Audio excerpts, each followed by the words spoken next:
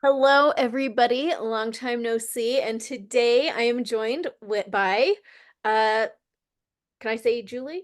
Yeah, we said it before. Okay, I'm here with Julie Richards, the astrological attorney, and she has prepared this slideshow for us on the 2025 astrology forecast, the year of shifts. And I am so excited to go through it with everybody. So, Julie, let's get it started.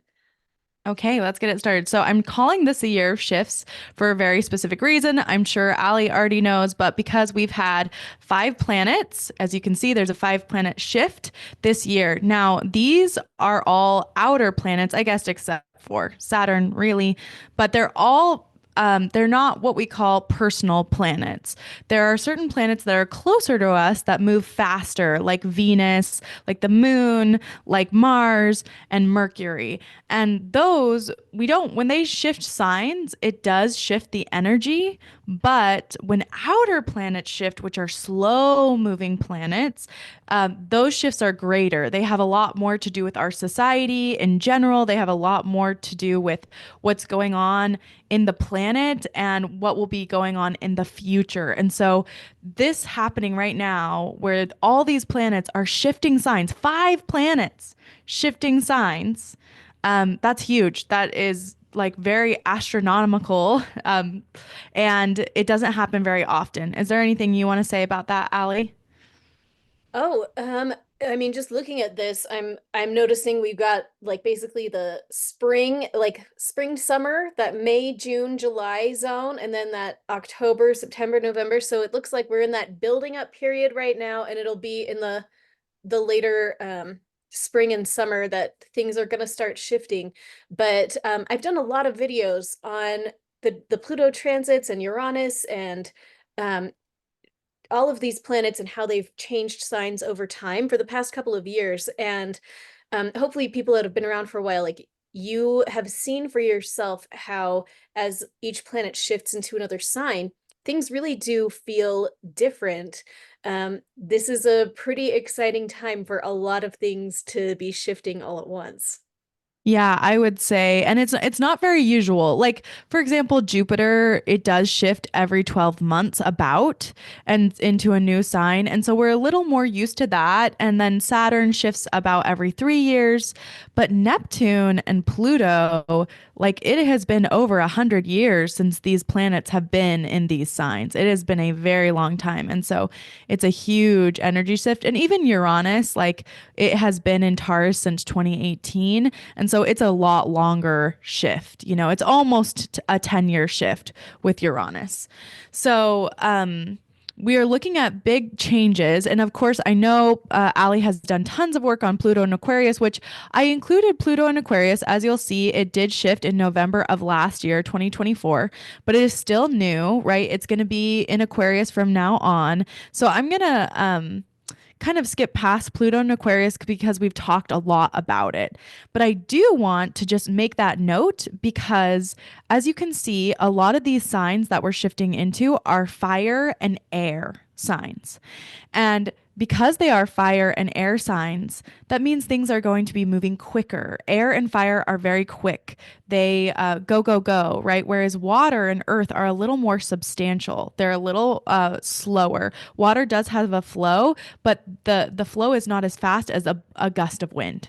And so that's how things are going to be working for us is we're going to now have a quickening. And that's kind of what we're building up to is this big quickening. And because these are in air and fire signs, they are going to be interacting with each other.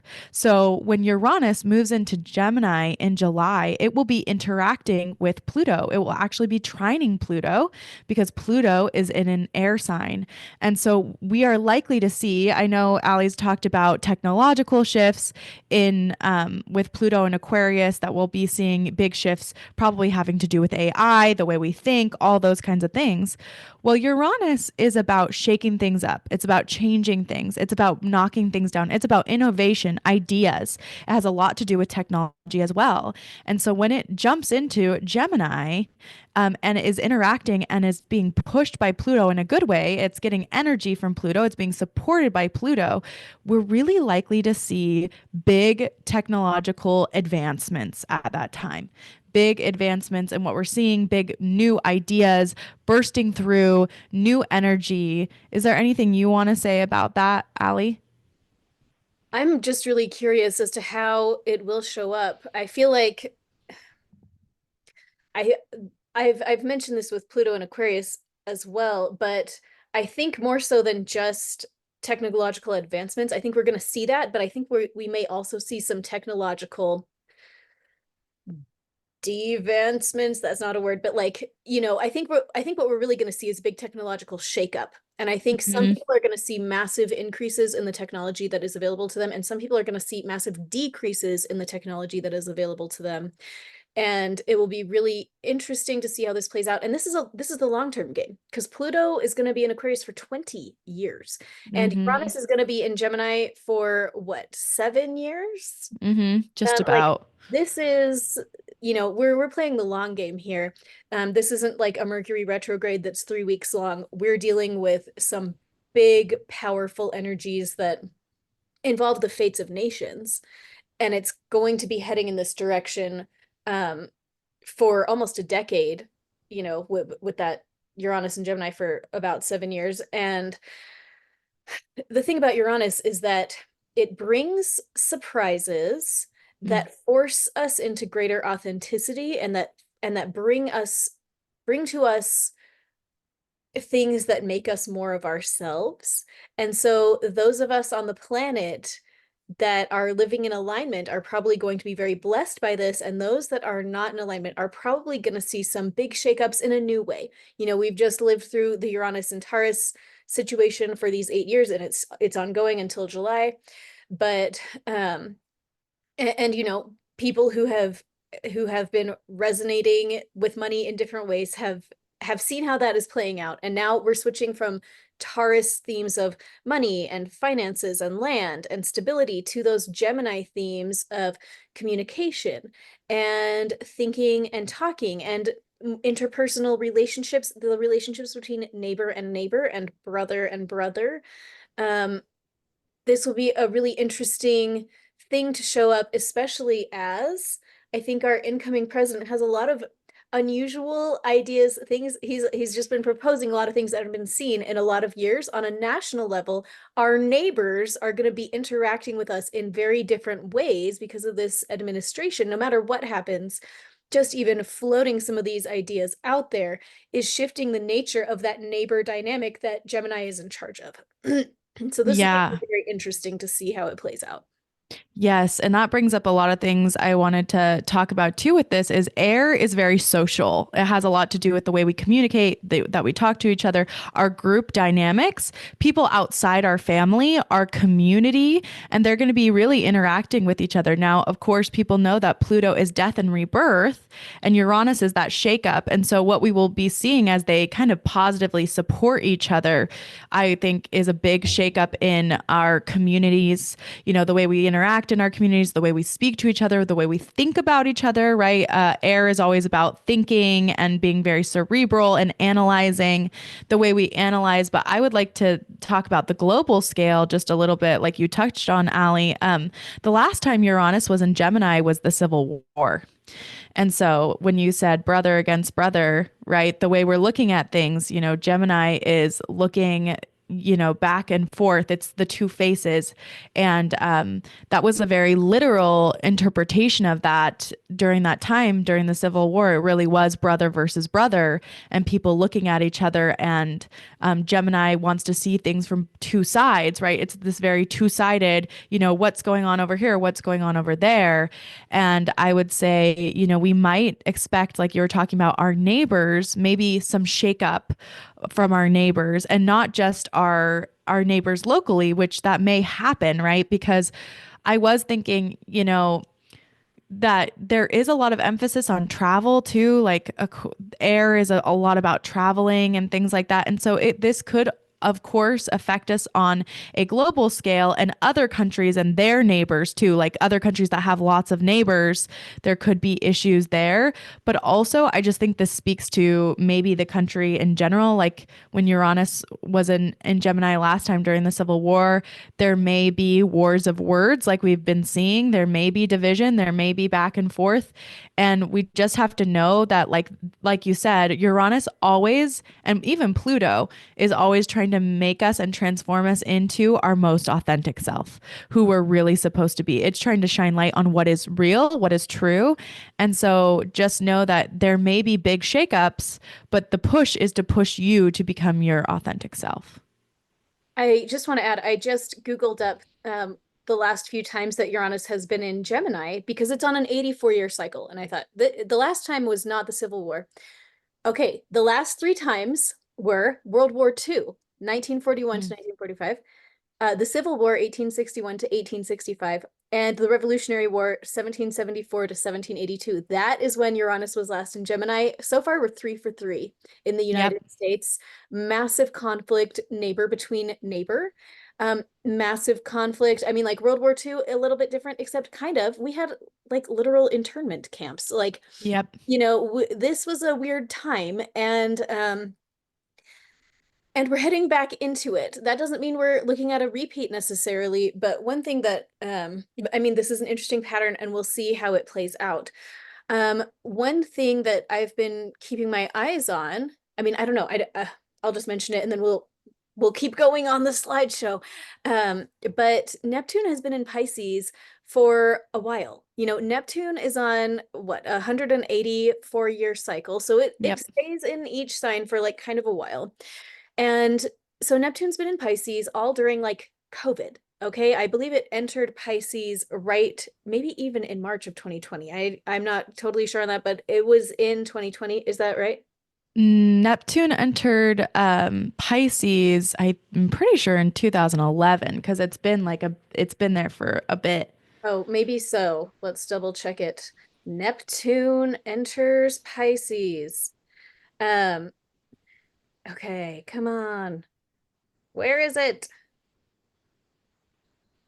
Uh, it does. Oh yeah, you're right. It's 2011. Yeah, that's right.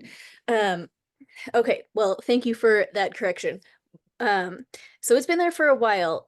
One of the astrologers that I have, kept tabs on, he argued that the only reason why the events of 2020 and 2021 were able to last as long as they did, there was so much deception, so much, you know, formal confusion from the top down intentionally to sow division. He said it was only possible because Neptune was in Pisces. And with Mm, Neptune in Pisces, it really magnified the potential for confusion, really mm-hmm. magnified the potential for deception. And he's been arguing that March, the end of March 30th into April, as Neptune enters Aries for the first time in 184 years, um, that's when the scales are going to fall from people's eyes and people are going to finally start waking up and seeing where they've been deceived over the past 15 years that Neptune's been in that space, because there's been a lot of deception in probably every possible arena that we can think of. um so it will be interesting to see how this mass wake up coincides with this Uranus and Gemini thing. And one thing that I've been thinking about a lot is that this astrologer that I've been following, he's argued that when Neptune enters Aries, everyone is going to see how they were lied to by the powers that be and so forth, and they're going to wake up and be very upset.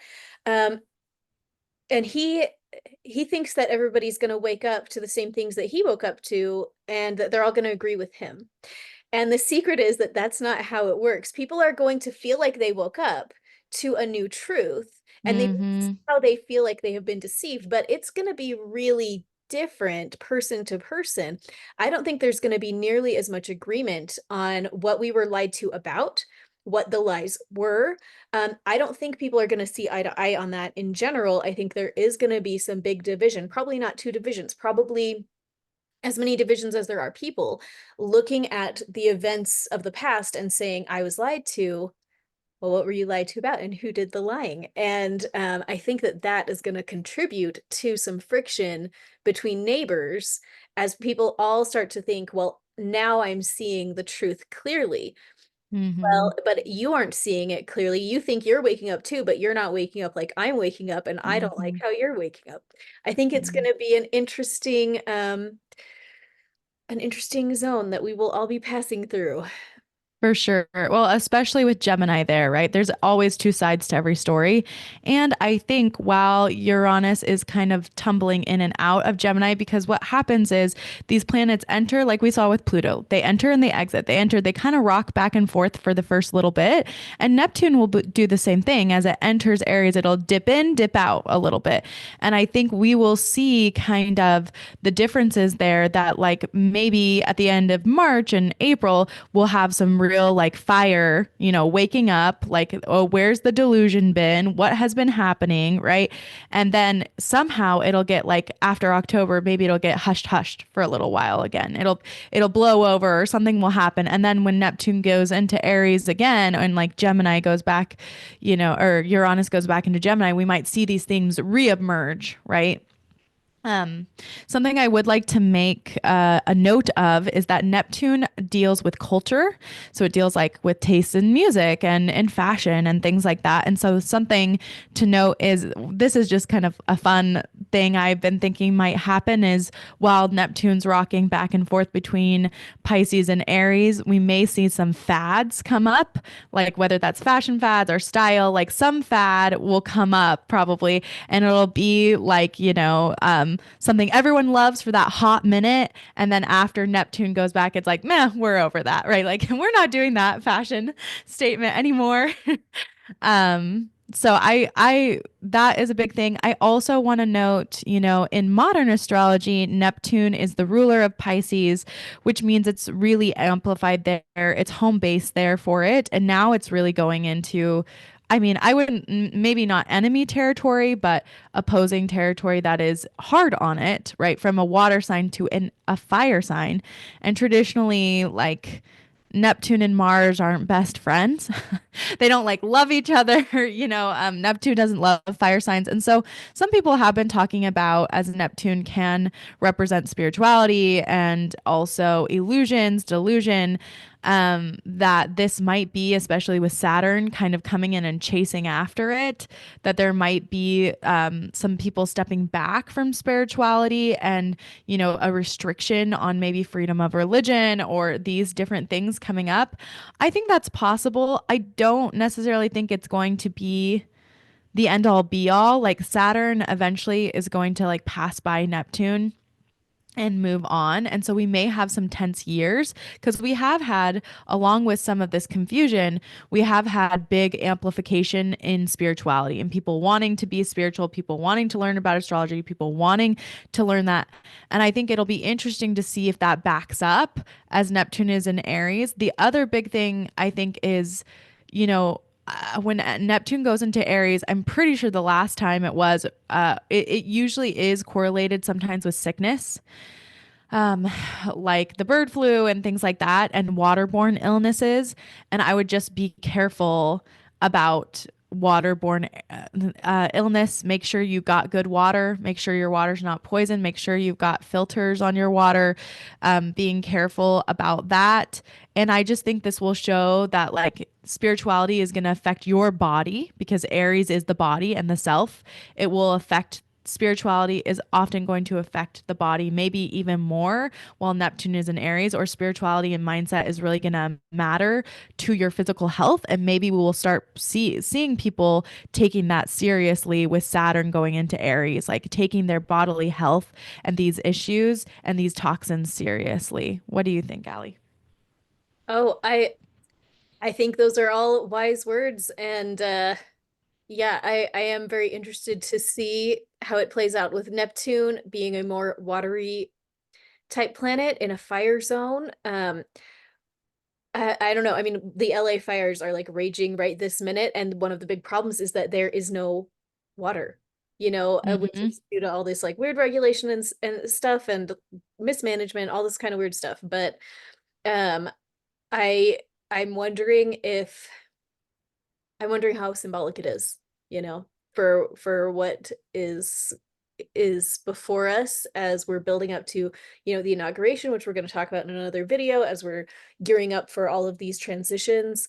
Um, how much will there be so much water that fire can't do its thing, and where will there be so much fire and water can't do its thing? I hope that makes any sense. Yeah, no, We just totally. had these big floods in North Carolina and North Carolina, and then and fire. I don't know. There we're in some weird zone. Hmm. Yeah, I definitely could see national disaster stuff happening right as Neptune is going into Aries. That doesn't mean everything bad will happen. Like it's not always the bad and the worst thing, but just being prepared that might be some of the challenges that we see over the next few years, and being prepared for those is important. And I think with Saturn coming in, that restriction, I do think Saturn is our reality check. He is there to tell us, like, okay, it's time to get serious. And I think he's really telling us it's time to get serious about yourself, about your body, and just get serious about, being brave as well. Like Aries is about bravery. It's like time to stand up for what you believe and your boundaries, and making good boundaries and becoming a master of yourself as well. Yeah. Well, and I was thinking also like symbolically, you know, the Hmm. fire zones of our lives are where we're like taking action, jumping in, maybe not thinking too hard before we're like in it to win it. And the water parts of our lives are where we're like going with the flow. And I don't know. I mean, we there's different forms of water. There's the ice form, there's like water form and gaseous form, you know, but these are different ways of experiencing our lives, and it will be interesting to see how individuals with a lot of water placements deal with this watery planet entering a fire zone. And you know what I mean? I'm interested to see how individuals also see some big changes in how they are interacting with the world around them, as far as like, do they have to go with the flow? Can they leap ahead and just set it on fire, burn it all down, jump ahead, get it going? Anyway, Yeah, 100%. I totally agree.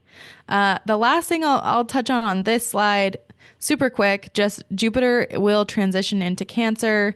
Right now, Jupiter is in Gemini. I think he's really been expanding communication and travel and community and all those kinds of things.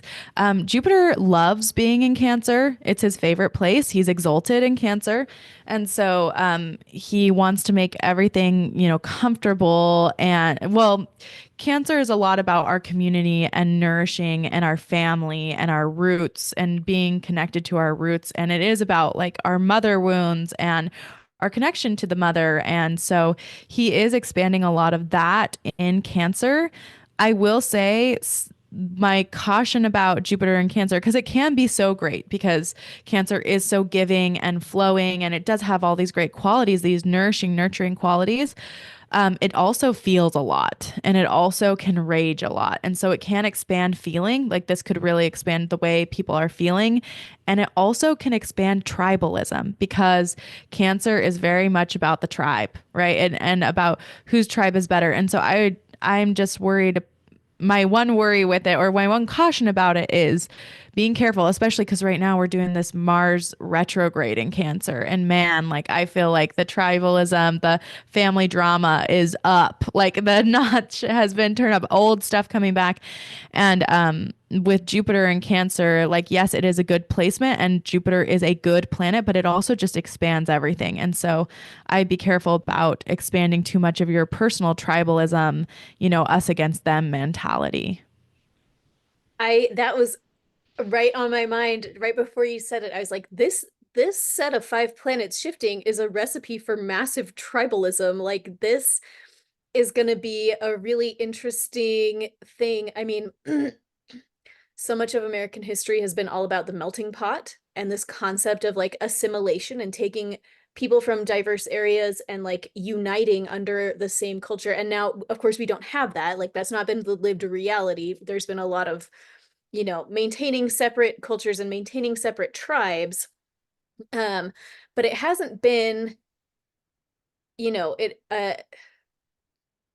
it depends on where you are. It hasn't been super violent or super, super dramatic in many areas, except that it kind of is. Like I grew up in the most diverse county in America, and there is a lot of like actual gang violence, murders, horrific things, ethnic group between ethnic group in my native hometown, and there has been for decades. Like there, it was a problem when I was a kid, and it remains a problem now. But I'm like, oh man, I wonder if it's gonna like go crazy, especially with um yeah, a lot of the stated policy plans that may be coming into effect in coming months and so on and so forth. This will be interesting to see on a personal level.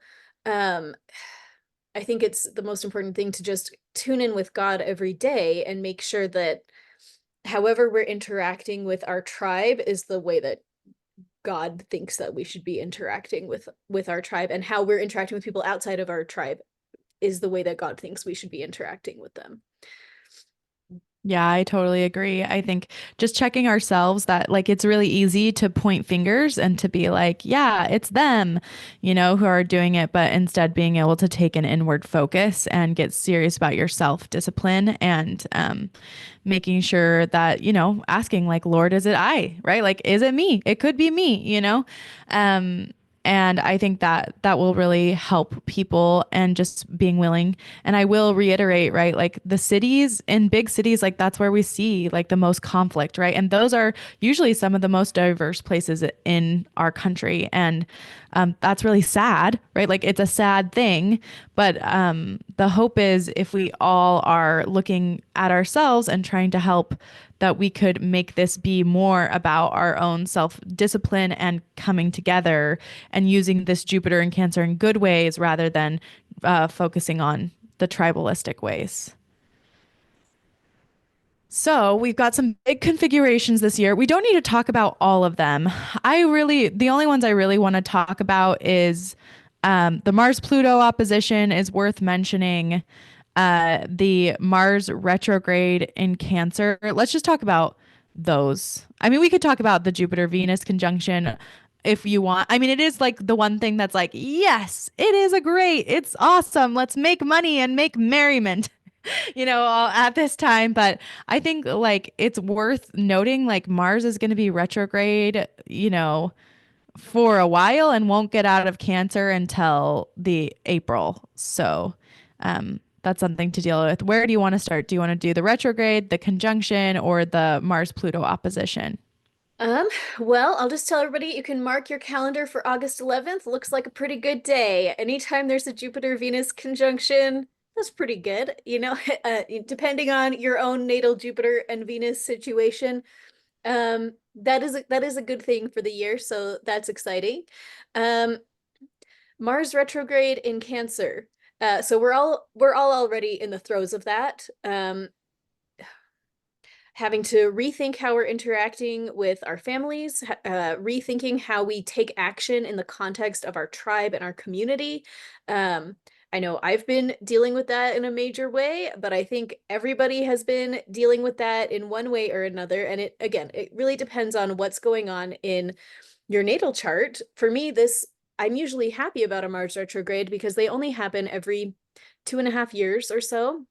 It's not like Mercury retrogrades happening every few months, but we get 3 Mercury retrogrades per year. But Mars retrograde is pretty rare, but I was born during a Mars retrograde, and so usually they're like pretty great for me. But this time has been a butt kicker and I've hated it. So not recommend. 1 out of 5 stars for this Mars retrograde, but it's cool. Um we just gotta hang in there, guys. Keep going. Um, For sure. what are you thinking? Well, yeah, it's so funny because Moth, my husband, also has Mars in retrograde in Cancer, right? So both of you are kind of having some Mars returns happening at this time. My Mars retrograde is in Aries. Oh, it's an So it's Aries. squaring that Cancer. Oof, that Yeah. is rough. That is Yeah. rough. So if you do happen to have Mars in Cancer, Aries, Capricorn, or Libra, this may affect you more in a intense kind of way because you do have that square happening that, like Ali talked about. Retrogrades are always about looking back. And so what I have found is I've seen like a lot of family conflicts coming back because Cancer is about family issues in the home coming back, and usually this is old stuff. Like you already went through this kind of stuff and in like October-ish time, and now it's coming back up again. And so we're rehashing a lot of this stuff, and this may bring you like old disputes coming up or wanting to get mad. Mars hates Cancer. That's the hardest place for Mars to be. It's in what's called fall when it's in Cancer. And so sometimes it brings out the bad in us. So if you find yourself feeling really immature and wanting to be like, your mama's so fat and so ugly that she can't do nothing, right? Like that is like very Mars and Cancer energy is like, I'm just going to say the immature thing. I'm going to lash out. And it's very much about these like familial bonds or like emotional bonds. There can be like these incredible rises in emotion that happen and outbursts that you didn't expect. And so just giving yourself some grace on that. And again, as a country and as the world, right, this can also be that tribalistic nature, like you against me. This may play into the inauguration as well as we're looking at that, but just being aware of our own, tribalistic behavior or wanting to lash out at other people. I think it's notable that like the bombing that happened, wasn't it a bombing in New Orleans that took place? Yeah. Was like right as Mars had gone back retrograde, and it was right on this Mars Pluto opposition as well. So should we move on to the Mars Pluto Yeah, yeah. opposition? Let's hear of it. Yeah, so of course, because Mars moves so quickly, we do get Mars Pluto oppositions. I don't know, probably every year and a half, maybe. I don't know if that you can check me on that, Allie, if you want, but they do happen. But this has, because Mars has been retrograde, we're getting them more often. We had them back during election time, and now it's coming back, and it opened up on January 1st. It's going to be happening until the 10th, and then we're going to get it again April 27th to May 2nd. And so, which is also a really important day. As you can see here, April 27th, we will talk about that later, maybe on another video. But just noting like Mars is the planet of war and conflict and irritation, and Pluto is the planet of death and rebirth. And sometimes this like can feel like oppositions can feel like a rubber band that's so stretched so far it's going to snap, and you have to choose one side or the other. It's a teeter totter. I can have this or I can have that. Or it can feel like we are totally opposed to each other. So this could feel like I have to fight or I have to completely surrender and change. This could also feel like there's this feeling of like everything has to die and, be transformed, or we just have to like have this warring. And I would note that, like, again, it did kind of, this opposition often brings violent events, not always, but we did see that with New Orleans, that it was during this opposition at a really intense time during this opposition. Do you have any thoughts about it, Allie? Oh man, I just was thinking like, wow, that like about sums up all of what I have personally experienced at this time. Like, wow. And the thing about working with oppositions, so I was born on a full moon and so was Julie. Mm-hmm. So we're both full moon babies, and when you live your whole life in an opposition, like that's what the full moon is the sun and the moon are in opposition. You have to learn to work with it. Like it's just your destiny, just do it. And the thing that I have found in my own life with the oppositions in my own chart is that things can go smoothly if you lean into both ends evenly. Like it does feel like a rubber band, and it does feel like I have to choose this, I have to choose that.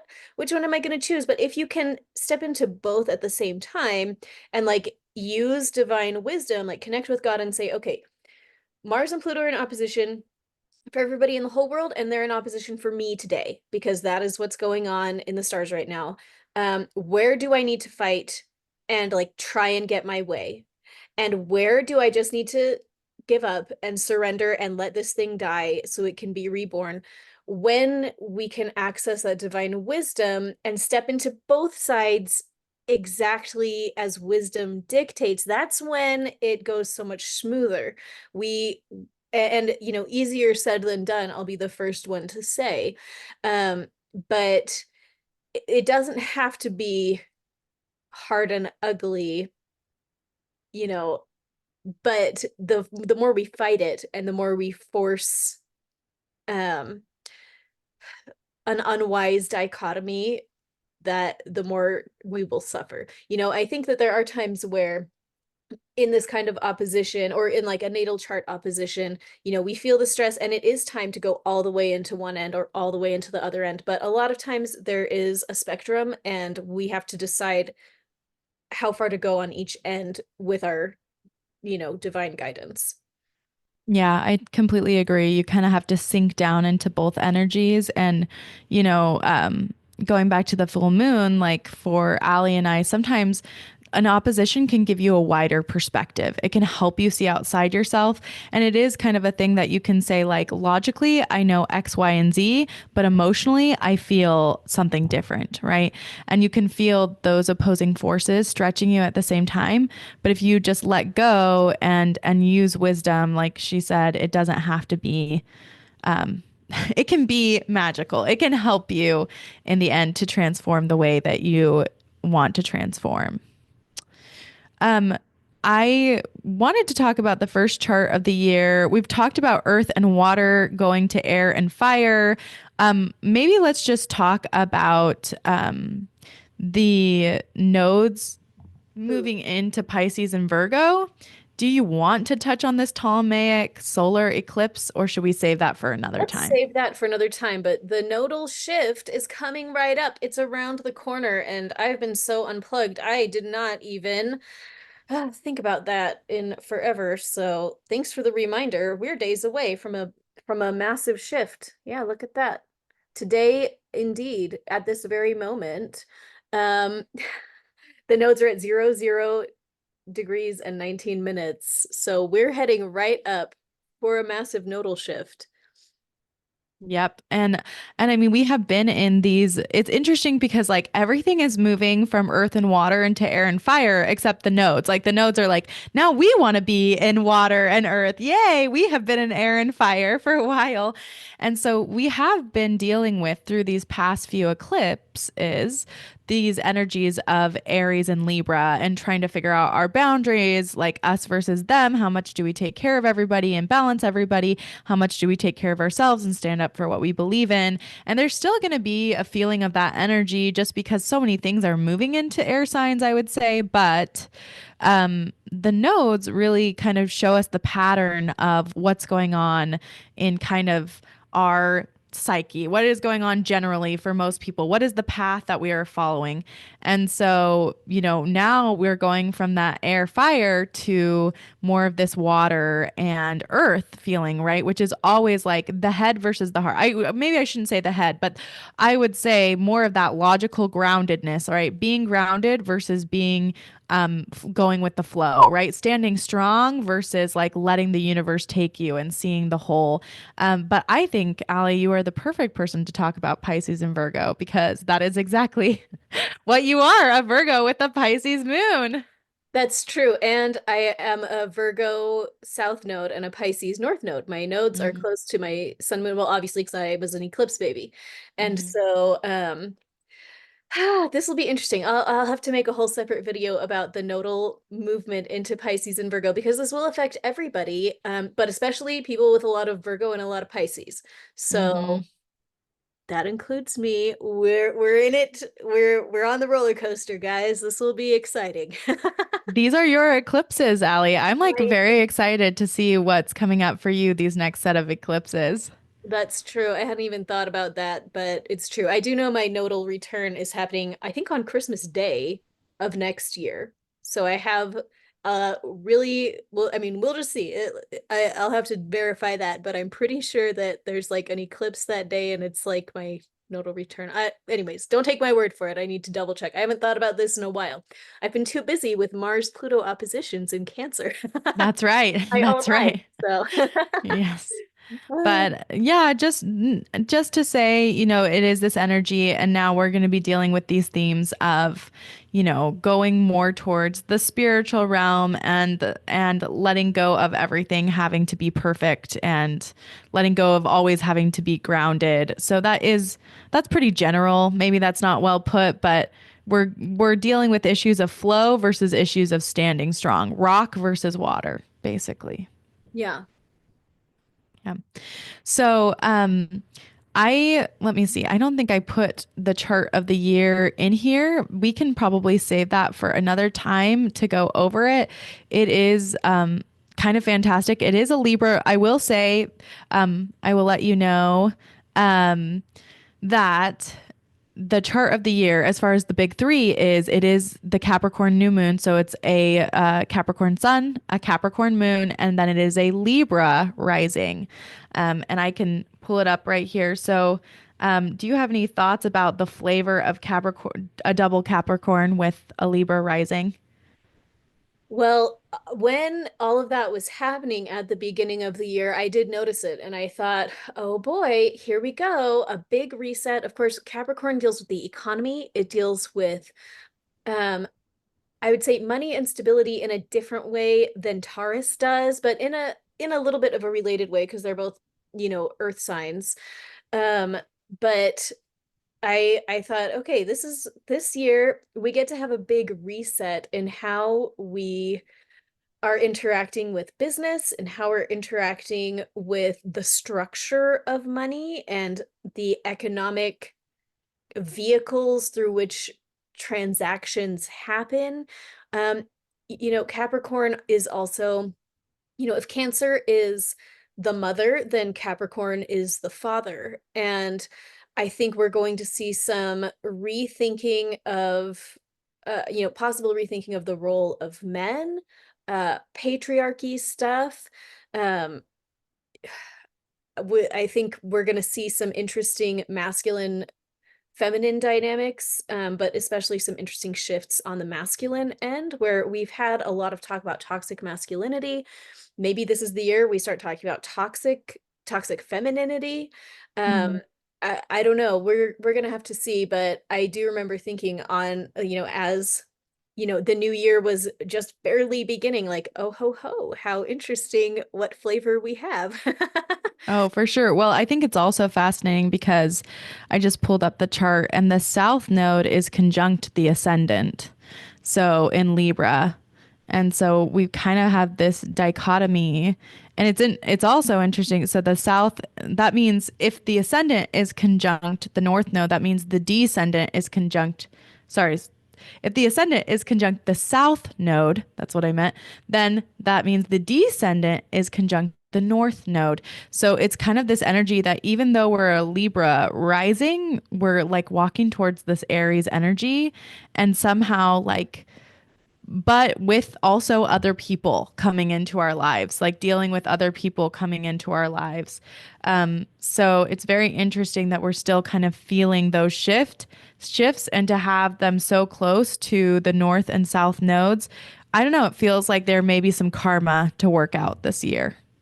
One interesting thing about that also is that, Libra deals with contracts, marriages, and alliances, and so does the seventh house. And so to have that Libra on the ascendant, and then to have the North Node conjunct the cusp of the seventh house, this is a big year where I'm interested to see what shifts in alliances of all kinds of, again, our incoming administration is talking about radical shifts in alliances, or shall we say like the contracts that we have with neighboring nations. Um, and then on a more personal level, of course, dealing with our own marriages and relationships, that's going to be a big focus this year, probably. And Mhm.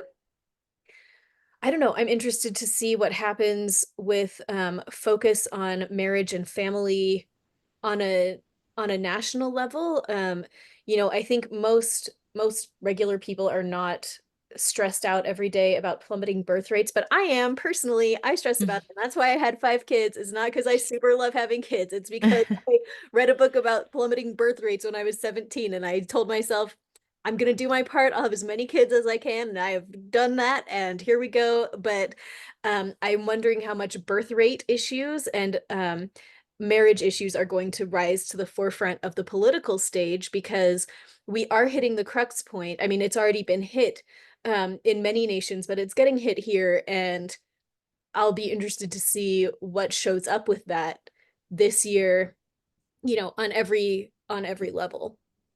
Yeah, and this chart does have the midheaven in Cancer at 1 degree of Ooh, Cancer. yeah, Yep. big focus on In family. Yep, in the 10th house, in whole sign, right? So in whole sign, the midheaven can be anywhere from the 12th house all the way to the 8th house. So it's really important that it's actually in that 10th house. So that does imply like we are going to see a lot of these issues Allie is talking about. Like we will be able to see them in the general sphere. They will be more visible because the midheaven is right. That 10th house is the most visible place in the chart. And so we will see these issues of women, issues of motherhood stuff, issues of family stuff, and marriages and children and all of that. We will definitely see it prevalently this year. Yeah. Well, thank you so much, Julie. This was amazing. Guys, Julie, you can find her at Astrological Attorney on Instagram. And is that where else will they find you with that handle? Yeah, my just on Instagram and then my website is astrologicalattorney.com. And I just wanted to make a note because this year is so focused on women, feminine, masculine. I do co-run a school called Feminine Alchemist, MYST, and you can find us at femininealchemist.com. If you go to my Instagram, you can link to it, but I run it with Kaylee Rose. It's amazing, and we are really helping women transform and step into the femininity, which is a lot of what Allie talks about, and helping women go on the heroine's journey and learn more about their purpose and alchemize their future. Yeah, So thank find you us so there. much. Find her there. And she does, you still do like personal birth chart readings and stuff like that as well. So Julie's just a great person to be connected to. So I hope you go check her out. Thank you so much for being here, and uh we'll do this again soon.